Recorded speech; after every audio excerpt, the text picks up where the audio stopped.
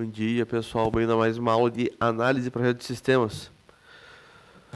Hoje nós vamos falar sobre estruturas de repetição, mas antes disso, vamos terminar alguns exercícios que nós tínhamos, estruturas de decisão, certo? Por favor, vão entrando no Meet. E o que nós tínhamos de exercício? Nós já tínhamos feito alguns aqui desta lista de 2 de decisão, certo? A gente fez o 1, o 2, o 3 e o 4. O 4 a gente fez 4 vezes, inclusive, 4 soluções diferentes. E eu tinha passado para vocês ainda o 5 e o 10. Algum de vocês chegou a fazer o 5 e chegou a fazer o 10? Se eu não me engano, teve alguns alunos que conseguiram fazer o 5. O que vocês me dizem? De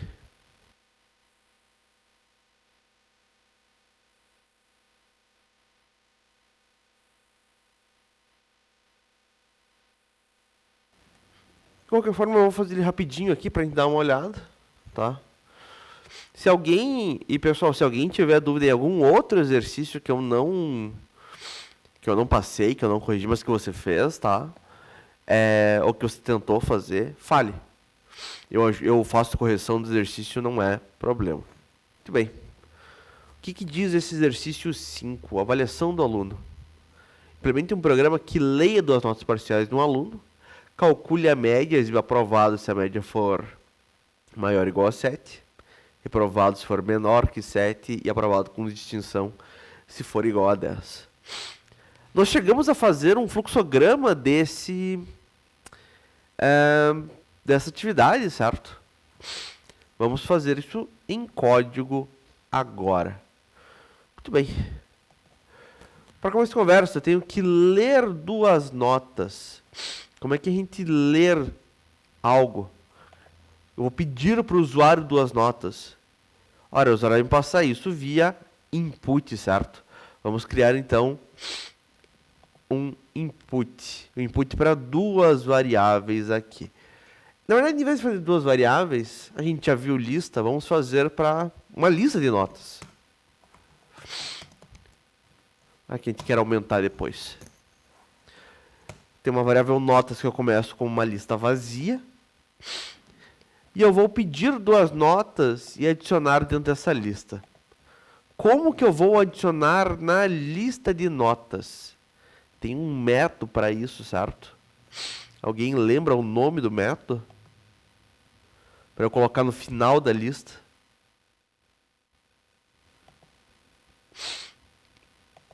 Método append, galera. Notas, minha lista de notas. Ponto append. E o que eu quero adicionar?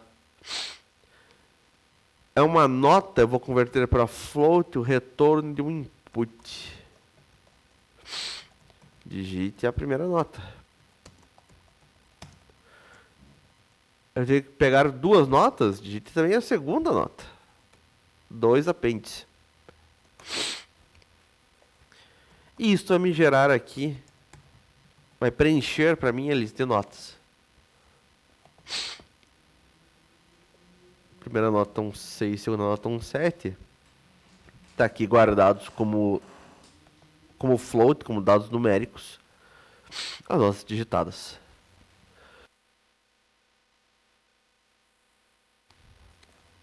Muito bem.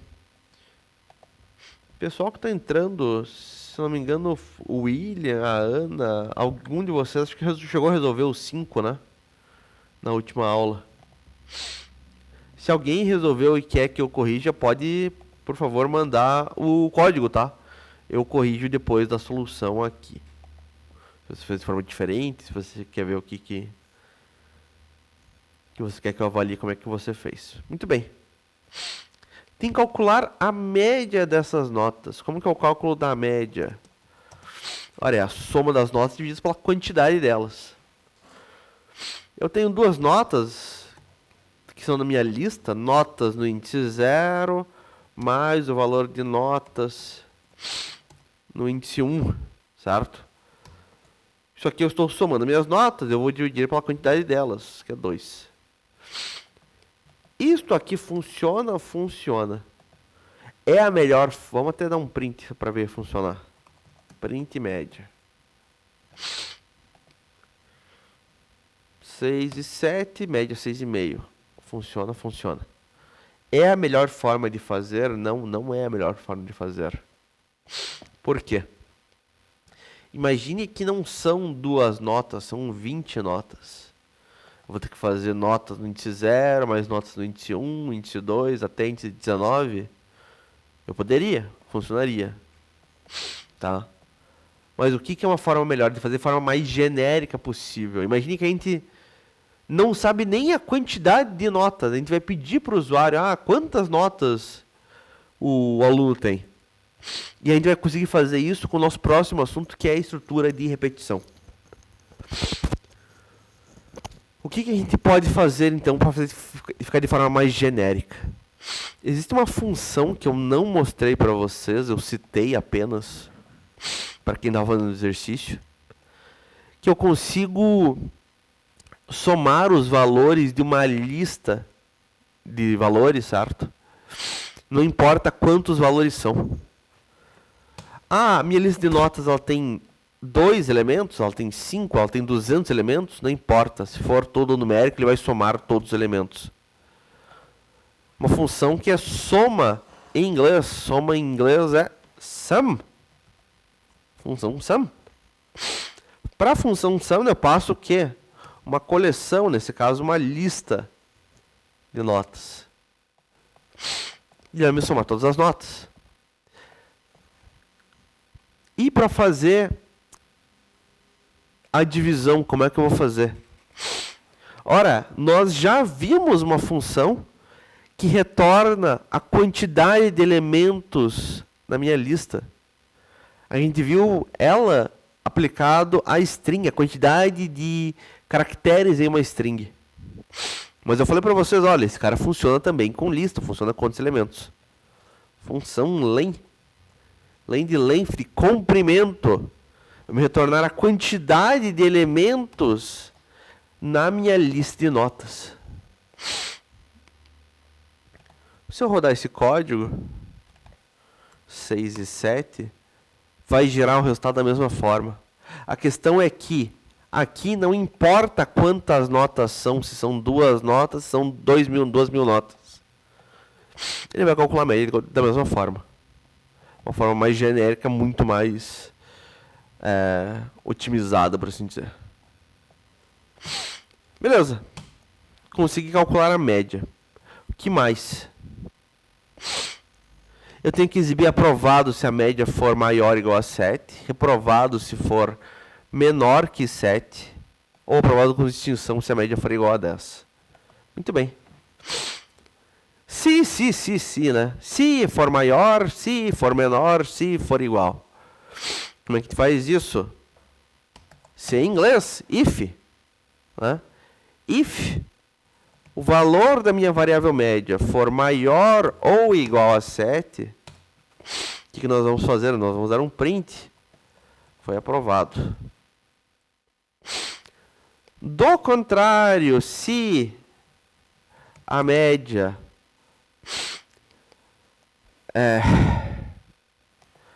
for maior ou igual a 0 e ao mesmo tempo a média for menor do que 7, eu vou dar um print de reprovado. E caso contrário, se a média for igual a 10,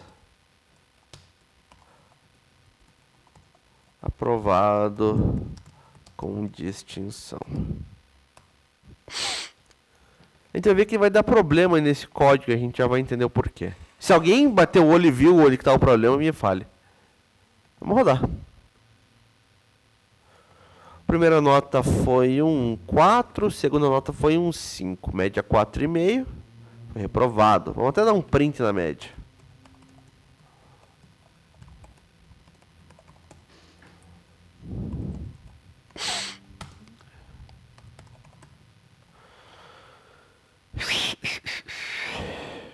Quatro e 5, média 4,5, reprovado. De volta. Tirou um 7, tirou um 7. Média 7, aprovado. Ótimo. Tirou um 6, tirou um 9. Média 7,5, aprovado. Tirou um 3, tirou um 4. 3,5, reprovado. Tirou um 10, tirou um 10. Aprovado. Beleza, funciona, funciona. Só que tem um problema, né? Se a média for igual a 10, ele tem que mostrar para mim aprovado com distinção. Vamos rodar de volta. 10 e 10, ele mostrou somente aprovado. Ué, mas a média não é igual a 10? Por que não está mostrando aprovado com distinção, está mostrando somente aprovado? Alguém consegue ver onde está o problema? Por que não está mostrando aprovado com distinção aqui?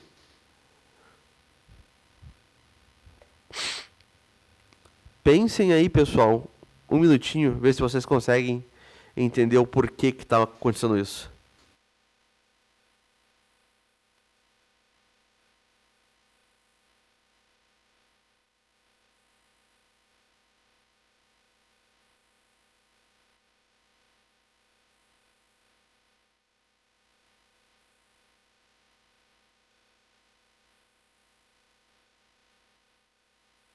Se alguém conseguir ver o porquê, por favor, escreva.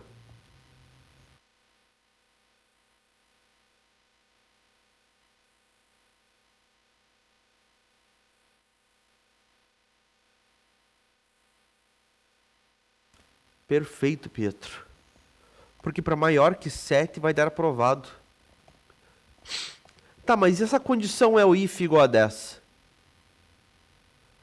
É o if média for igual a 10. Por que não cai aqui?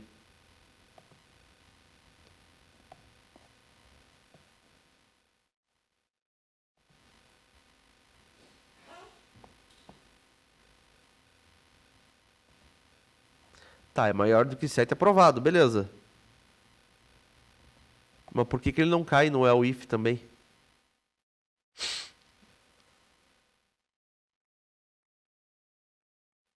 Por que, pessoal? E vocês estão certos em dizer? Tá, vocês estão certos na tua lógica. O else if só vai ser executado, certo? Se todas as condições anteriores forem falsas. Embora esta condição do else if seja verdadeira, ele jamais vai ser executado. Por quê? Porque tem uma condição anterior que é verdade, tá? Se a média for igual a 10, e ela de fato é, ela vai cair sempre nesse if também. Esse if vai ser sempre verdade se a média for maior ou igual a 7.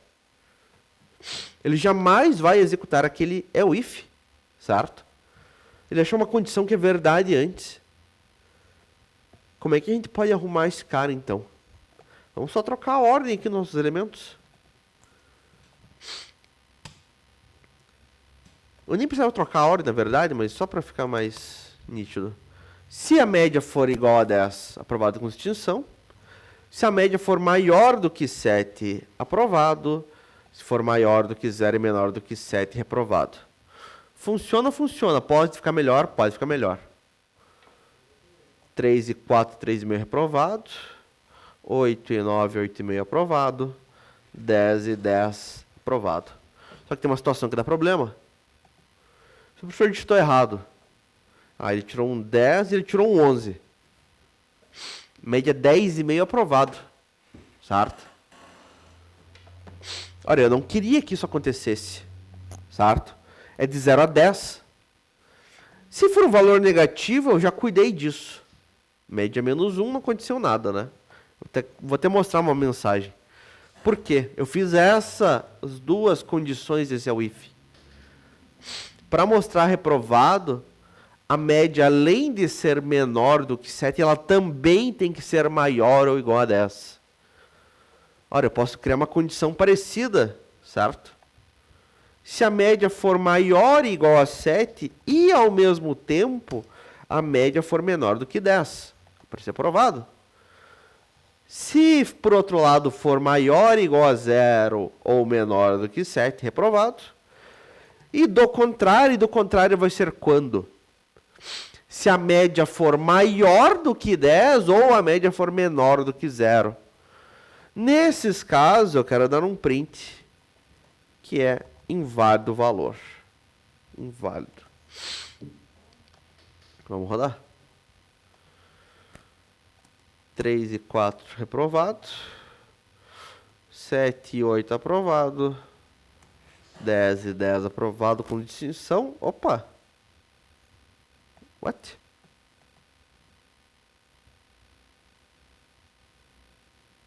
Ué, por que deu aprovado e inválido ao mesmo tempo? Agora eu fiquei... Ah, é claro, porque eu fiz 2 ifs. Aqui não é um if, aqui é um elif, perdão. 10 e 10 aprovado com distinção. 11 e 11 inválido. Menos 6, menos 7 é inválido também. Tá? Alguma dúvida na resolução desse exercício, galera? O que vocês me dizem? Faz sentido? Não faz? Alguma linha que vocês ficarem em dúvida? Perguntem. A resolução está no chat. Deixa eu compartilhar o link também, para que vocês possam acessar aqui a minha pasta.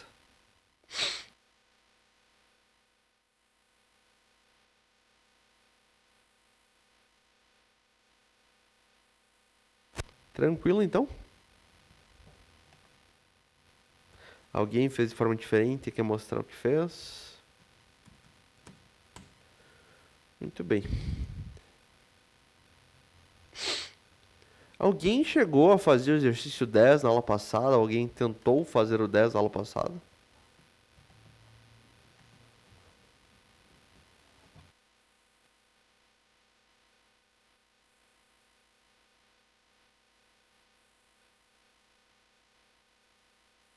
Muito bem, se ninguém tentou, a gente vai em frente com o nosso conteúdo, então. Deixa eu criar uma pasta para a aula de hoje. Aula 17.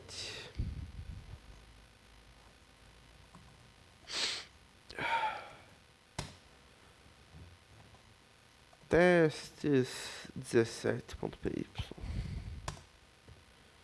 E vamos para o conteúdo da aula de hoje, então. Nós vamos continuar a falar sobre estruturas de controle de fluxo, certo? Ou seja, estruturas que mudam a ordem de execução do meu código, certo? A gente estava trabalhando inicialmente de forma sequencial, certo? O Python ele rodava o código linha a linha, todas as linhas. Na última semana a gente viu as estruturas de decisão, certo? As condicionais, que ele pode ou não executar um código com base em uma condição. Se a condição for verdadeira, ele executa aquele bloco de código. Do contrário, ele não executa. E nós vamos chegar agora nas estruturas de repetição, certo? Existem duas estruturas distintas de repetição. Existe while e existe for. Nós vamos ver, primeiramente, o while. O que significa while em inglês, pessoal? Enquanto. Enquanto que? Enquanto uma determinada condição for verdadeira, ele vai ficar repetindo o bloco do while, certo? Exatamente, Calma, perfeito. Enquanto, né? O comando while, então, permite a repetição de um conjunto de instruções enquanto uma determinada condição for verdadeira, né? A partir do momento que essa condição ela é falsa, certo? Ele vai sair do looping, ele não vai mais entrar no bloco de código do while e ele vai para o próximo bloco de código, tá? Como que é a cara de um while? Eis a cara de um while, certo? O que nós temos aqui nesse exemplo? Eu criei uma variável contador inicializando ela zerada e while contador menor do que 4, ou seja, enquanto o valor da variável contador for menor do que 4, o que a gente vai fazer? A gente vai repetir o bloco de while. Repare que a estrutura aqui, a forma como a gente escreve, é da mesma forma que a gente escreve o if, certo? tem uma condição, 2 pontos para indicar o início do bloco. O bloco em si com uma indentação constante. Vamos fazer esse exemplo. Eu tenho uma variável contador que eu inicio zerado. Enquanto o valor da variável contador for menor do que 4, quero que você dê um print para mim. Que a minha condição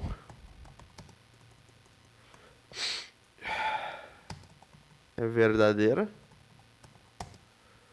e o valor do meu contador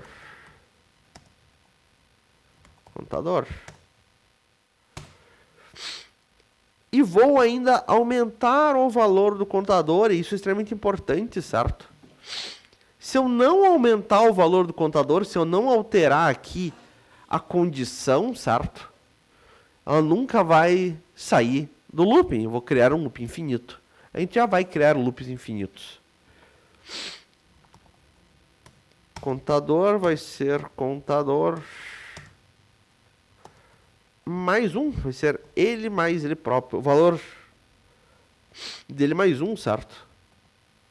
Terminou o looping. Vamos dar um print aqui, qualquer coisa. Só um para sair. Para mostrar o próximo bloco de código, né? Um fim do programa. Extremamente simples.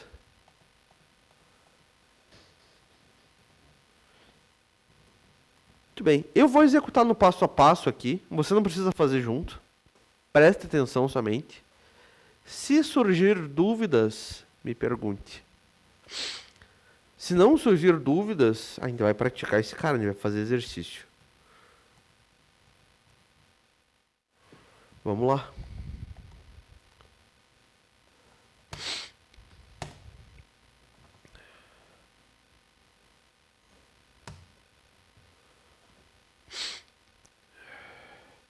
O que está ocorrendo, certo?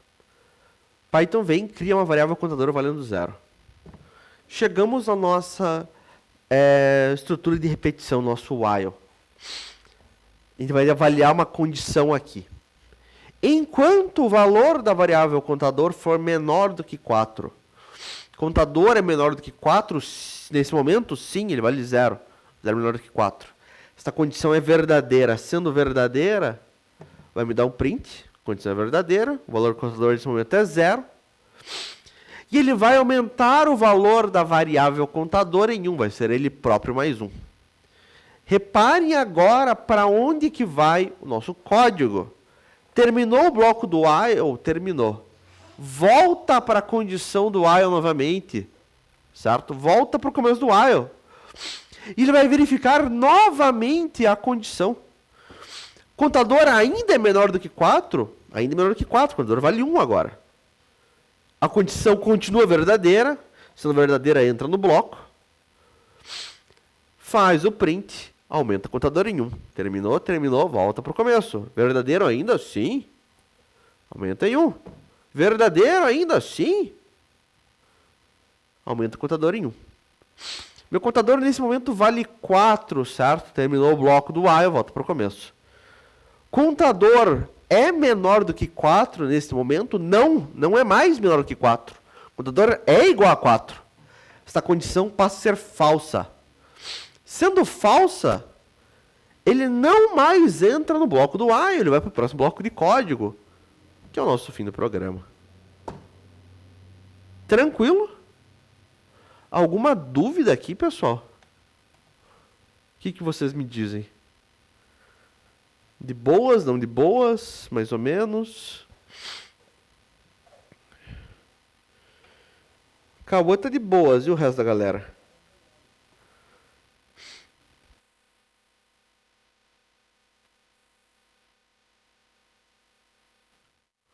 Suave na nave. Mais mole que sentado no pudim. Isabelle, Ana, William. O que vocês me dizem? Então tá bom. Se alguém tiver dúvidas, por favor, me fale. Se nós não temos dúvidas, vamos para a nossa lista de exercícios. Eu quero que vocês... A gente vai fazer o exercício agora da lista 03, certo? Estruturas de repetição. Usando o while, eu quero que você faça para mim o exercício 1, o exercício 2 e o exercício 3.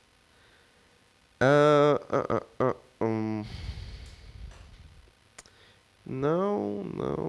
Deixa eu ver se tem mais algum interessante com while.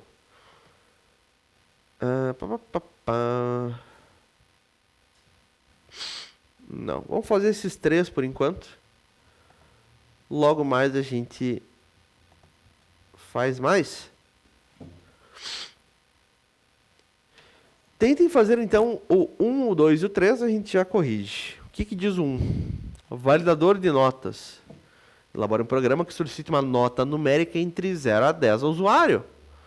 Caso o valor fornecido esteja fora do intervalo permitido, o programa deve exibir uma mensagem de erro e solicitar novamente até que a entrada válida seja fornecida. Vamos à obra. Dúvidas, por favor, me chamem. Quem terminar, diga que terminou. Não coloque o código ainda. Mas só diga, professor, terminei. Tá?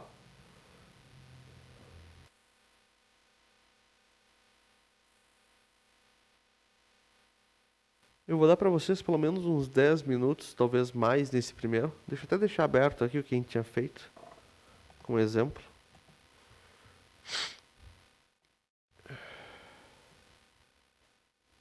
Tá. Por favor, não utilizem de IA, não utilizem de ChatGPT, nada disso. Isso aqui não vale nota, pessoal. Isso aqui é para nós apenas praticarmos, certo? Não tem por que você utilizar de uma IA aqui. Dúvidas, estou aqui vendo e vendo vocês, por favor, me chamem.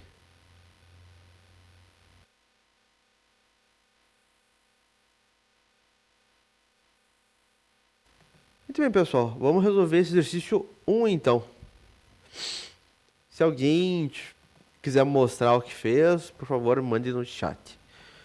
Validador de notas. Elabore um programa que solicite uma nota numérica entre 0 e 10 ao usuário. Vamos começar por aqui, certo? Vou pegar uma nota do usuário. Básico, né? Vou converter para float e o retorno do meu input.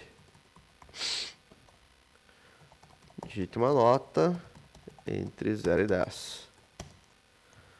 Caso o valor fornecido esteja fora do intervalo, o programa deve exibir a mensagem de erro e solicitar o valor novamente até que a entrada seja válida.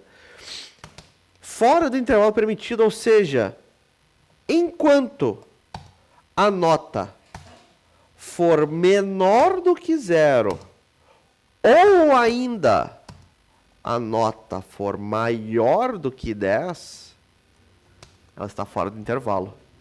Reparem aqui, certo? Eu estou utilizando do OU. Por que eu não estou utilizando do OU e não do E? Certo? Ou a nota é menor do que 0, ou ela é maior do que 10. Eu não consigo pensar num número que seja ao mesmo tempo menor do que 0 e maior do que 10. Certo? Por isso que eu utilizei o OU, não utilizei o E. Ou é menor do que 0, ou é maior do que 10. Não tem como ser os dois ao mesmo tempo. Caso isto ocorra, vou exibir uma mensagem de erro.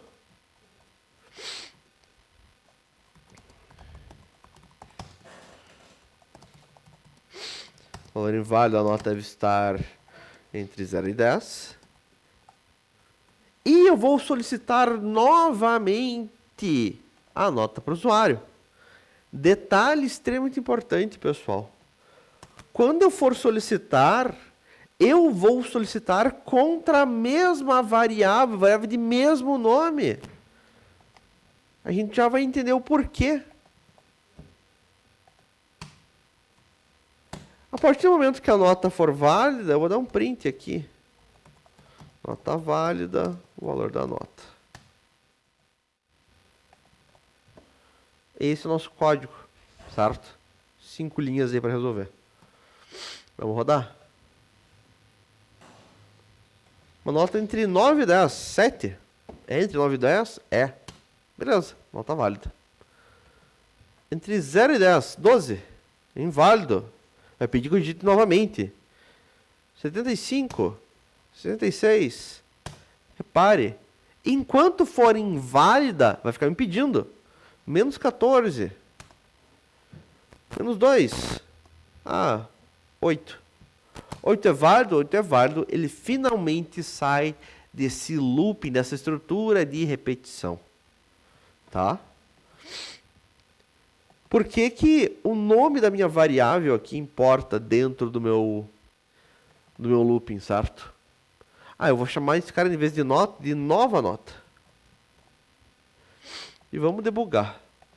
Vamos fazendo passo a passo.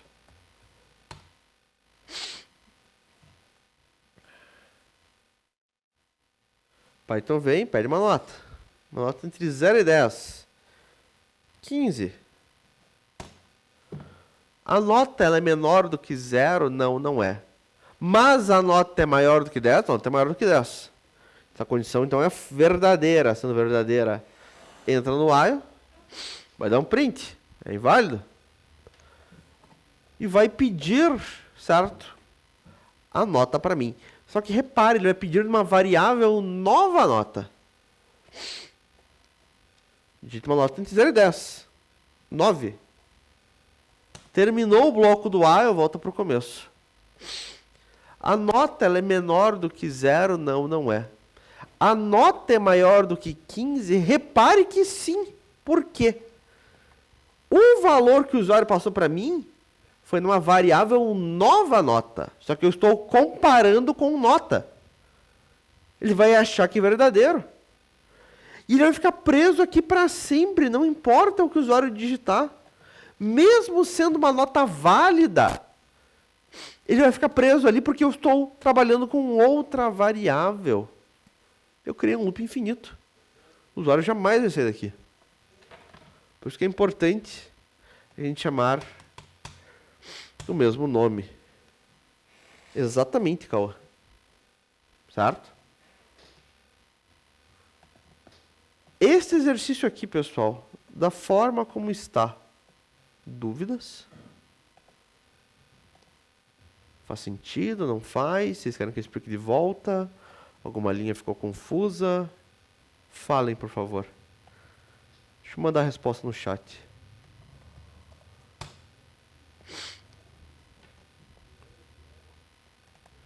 Nenhuma dúvida?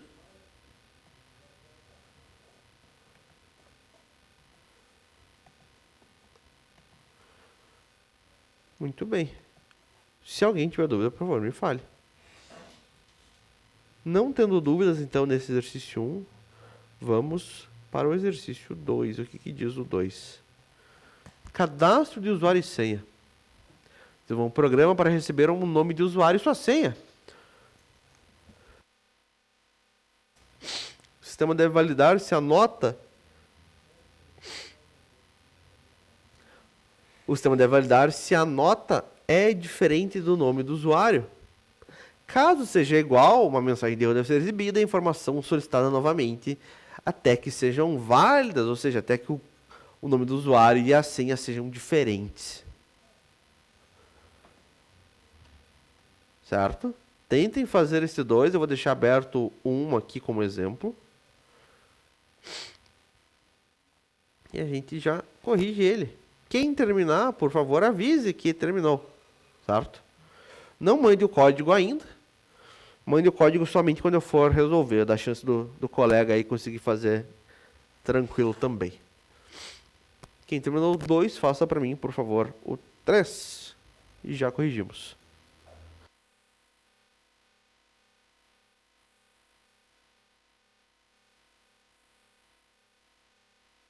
Muito bem, pessoal. Bora resolver esse exercício 2, então.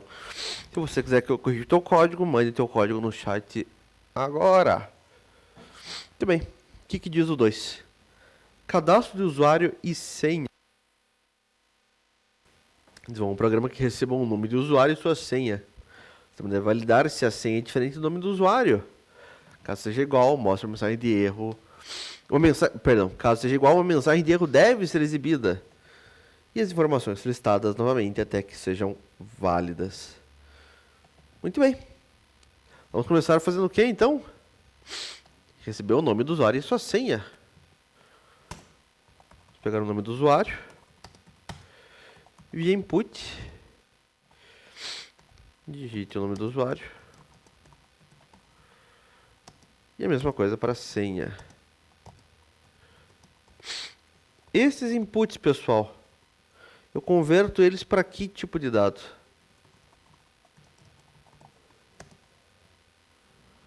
Alguém tem alguma sugestão?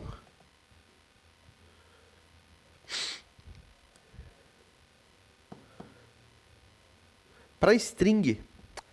Só que tem um detalhe, Matheus. Ele já está como string. Input, lembrem, ele sempre me retorna o que o usuário digita como string. Então eu não preciso converter para nada. Ele já está como string. Certo? Foi uma pegadinha. Muito bem. Tenho a senha do usuário, tenho o nome do usuário.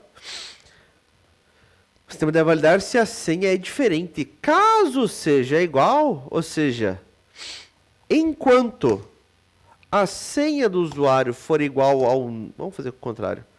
Dá no mesmo, mas só por... Okay. Enquanto o nome do usuário for igual à senha do usuário, eu vou exibir uma mensagem de erro. Print. Opa. Erro. A senha não pode ser igual ao nome do usuário. E eu tenho que solicitar novamente as informações. Eu podia pedir ou o nome do usuário, ou o nome e senha, ou somente a senha. Dependendo da lógica que você quiser criar ali dentro. Ah, o nome do usuário vai ser esse mesmo, certo? Ele já definiu, só vou pedir uma nova senha. Então eu peço aqui uma senha de volta. Digite a senha novamente. E a partir do momento que eles são diferentes, eu vou dar uma mensagem aqui de...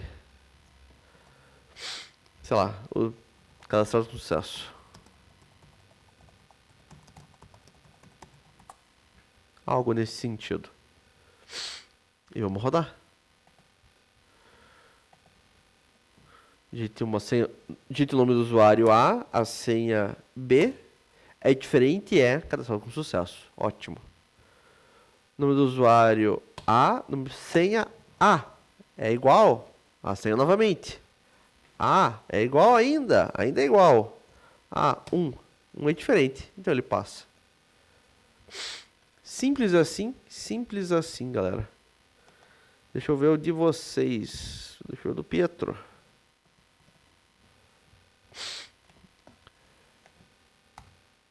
Opa.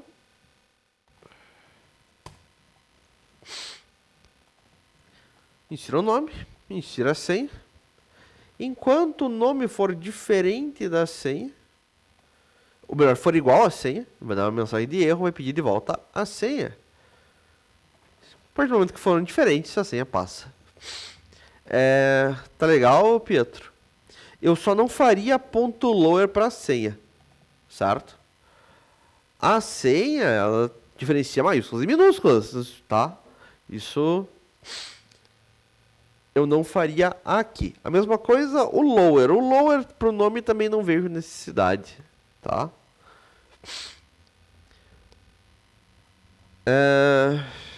Esses prints aqui é só para teste, pode tirar eles depois, tá? Esses dois aqui. O resto tá legal.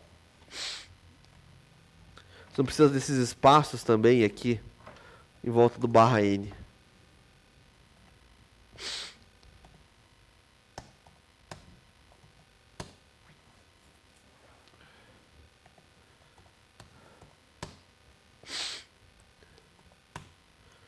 Legal. Muito bem. Se vocês não têm dúvidas, se vocês tiverem, por favor, me falem. Façam para mim o 3. Deixa eu mandar a resolução do 2.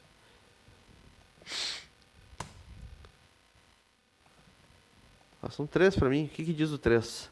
Esse 3 aqui é um pouquinho mais extenso. Validação de dados de cadastro. Crie um programa que efetue a leitura e validação dos seguintes dados de cadastro. O nome, ele deve ter mais 2 caracteres. A idade deve ser entre 0 e 150. O salário deve ser superior a 0. Sexo deve ser F ou M. E estado civil, né? S, C, V ou D, né? Solteiro, casado, viúvo ou divorciado. Cada dado deve ser validado conforme suas respectivas regras. Como é que você vai fazer isso?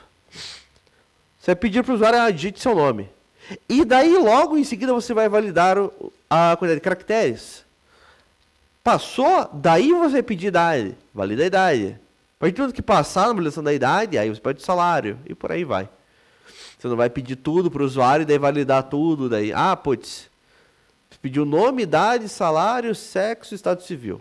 E daí deu problema no salário. Ele vai ter que digitar tudo de volta? Não. Certo? É mais fácil fazer dessa forma. Façam para mim. Se alguém não entendeu o enunciado, me pergunte. Dúvidas, estou aqui. Mãos à obra. A gente já corrige. Professor Juliano, você quer que eu libere esse pessoal que horas? 9h45?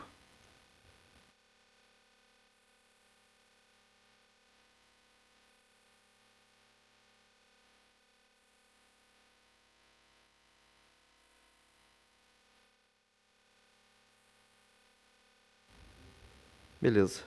Então, daqui 4 minutos, pessoal. 4 minutos, infelizmente, não dá tempo de nós fazermos esse exercício. Vamos dar uma olhada no que a gente vai ver na próxima aula, certo? Esse aqui, então, foi a estrutura do while, do enquanto, certo? Nas nossas estruturas de repetição. Nós temos mais uma outra estrutura que nós podemos utilizar para repetição, que é o for, certo? For, a tradução em inglês seria o quê? Para. Para o quê? Para cada elemento em uma coleção, por exemplo, uma lista. Para cada elemento em uma lista, ele vai executar o bloco do for uma vez, certo? O interessante do for é que ele não precisa de um ponto de parada. O ponto de parada dele vai ser o quê? Quando ele passar pelo último elemento do for. A gente vai entender na próxima aula essa sintaxe, certo? Da onde que está vindo esse nome no singular? O nome estava aqui na lista, né? E tudo mais. E a gente vai ver ainda 2 palavras-chave que nós podemos utilizar tanto com o for quanto com o while, que é o continue e é o break. Tá?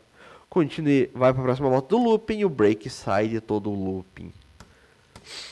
Então vem ainda um comando chamado range, extremamente útil, extremamente interessante.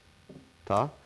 E por fim, sobrando tempo, a gente vai ver um cara chamado enumerate. Enumerate é um pouquinho mais avançado. A gente dá uma olhada também. Eu não coloquei aqui, mas dependendo de como vocês se sentirem, eu posso passar um outro cara mais avançado, que é de comprehension, que é escrever um looping de repetição de uma forma mais enxuta.